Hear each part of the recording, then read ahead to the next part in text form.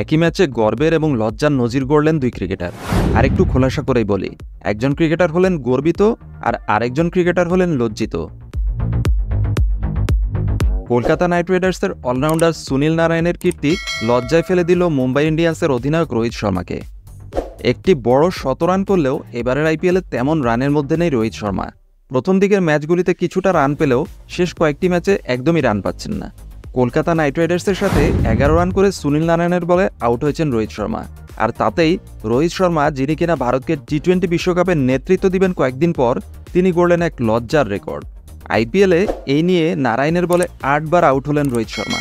আর কোনো বোলারের বিরুদ্ধে আইপিএলে এতবার আউট হননি ভারতীয় দলের অধিনায়ক। শুধু রোহিত শর্মাই নন, আর কোনো ব্যাটারেরই একজন বোলারের বলে এতবার আউট হওয়ার কোনো নজির নেই আইপিএলে।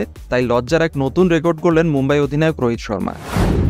এতদিন এই রেকর্ডের মালিক ছিলেন যুগ্মভাবে সন্দীপ শর্মা এবং জহির খান। আইপিএলে সন্দীপ শর্মার বলে ৭বার আউট হয়েছেন বিরাট কোহলি, জহির খান এমএস ধোনি জুটি। অন্যদিকে জহির খানের বলেও ৭বার আউট হয়েছেন এমএস ধোনি। অর্থাৎ আইপিএলে একজন বোলারের বলে সবথেকে বেশিবার আউট হওয়ার লজ্জার রেকর্ডে রোহিত শর্মার সঙ্গে যুগ্মভাবে ছিলেন বিরাট কোহলি এবং এমএস ধোনি।